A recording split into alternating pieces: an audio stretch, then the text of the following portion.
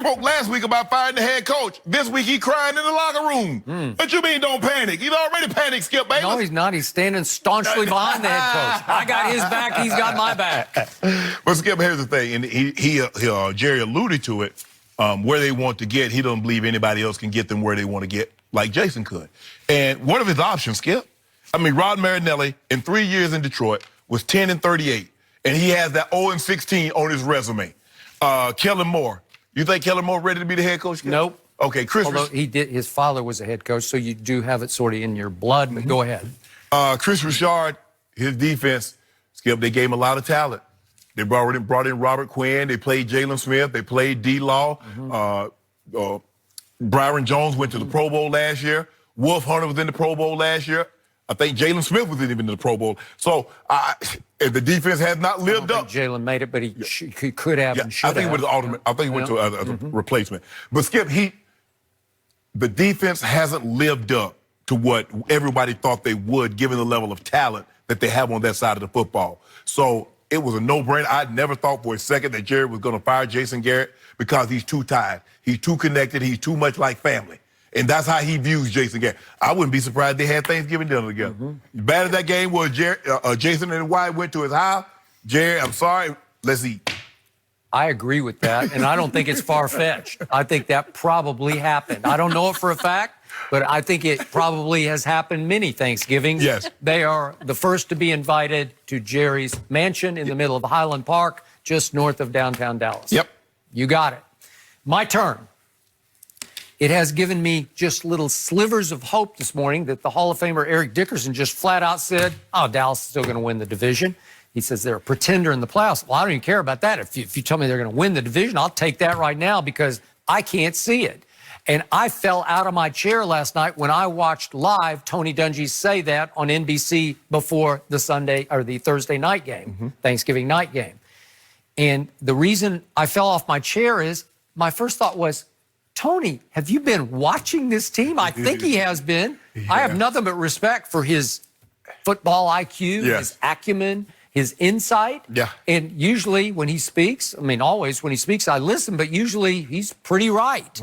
So I'm thinking, what evidence do you see that this team doesn't, I don't care about whatever week he was talking, you know, the Philly game. I care about at Chicago. Seriously, what evidence do I have? Because I've written them completely off. I'm done. I find them hard to watch now because to me, they're just a bunch of, you know, again, they make lots of plays. They don't make winning plays.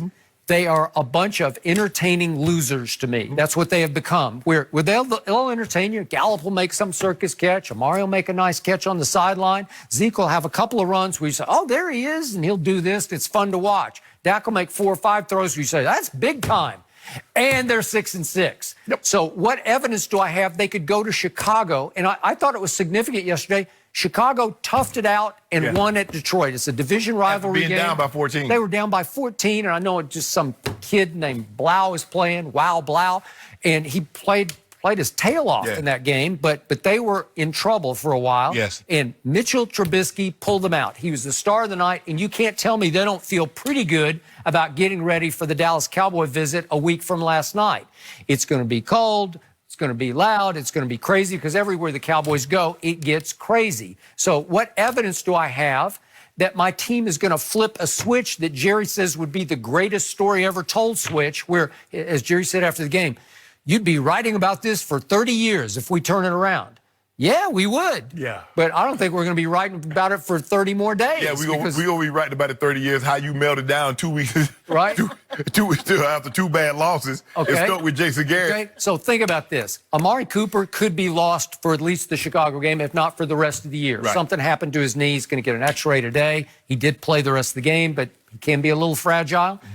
They're already, they said, we are going to take a look, evaluate our kicking situation after the game. So Brett Maher, what did that evaluate? You're on the clock. Yeah, what did that evaluate? Yeah, well, again, they might have a little kicking tryout this week. I mean, that's like you work at a restaurant and the chef keep burning all the food. Well, we're going to have, you know, we're going to evaluate our chef situation. Okay. What you evaluating? He keep burning everything. Trouble. He's gone south mentally. You see it all the time from kickers. I'm done with him. You can't trust him. not to switch topics here, but you see what New England's done. Wow. They got had what appendectomy, and so now you had 20 plus years of great kicking. You have Vinatieri, you have Gostkowski, and you bring one guy in, he didn't work, you get rid of him. You bring another guy in, now you got a third. Now you're on your fourth kicker. Kai Forbath, late of the Redskins. So now back to my team. To your point, Chris Richard, Rod Marinelli. The defense has just been overrated all year. You tell me about all these Pro Bowls and this and that. You tell me DeMarcus Lawrence gets $100 million.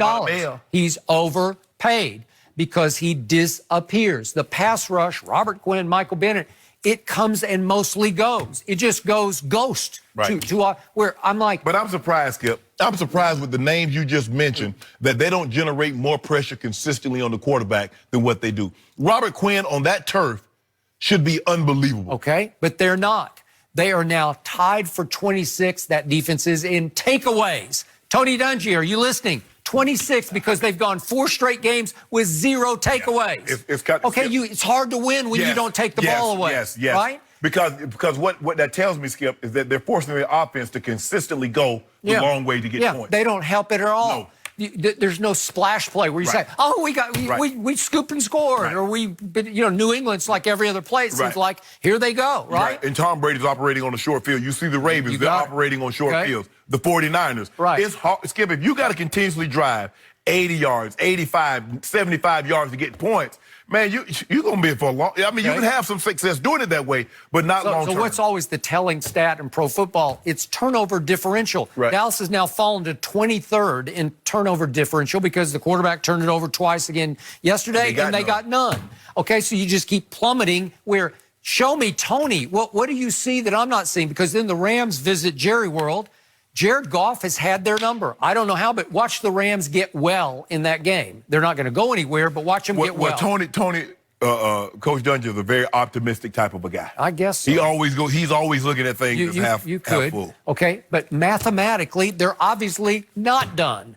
Psychologically, they hit the wall yesterday. You can't tell me they feel good about themselves because they know in their heart of hearts, we have lost our way. We've lost our edge. Well, Skip, you remember, I think the last game when Tony was coaching at the Colts, they ended up giving almost 400 yards up to the Jaguars. And they're like, there's no way that's not a Super Bowl caliber team. And Tony just basically said, hey, guys, everything that we want to accomplish is still in front of us. I know we played bad today. And I was like, there's no way this team is winning the Super Bowl. After giving up almost 400 yards rushing, and lo and behold. Okay, all right.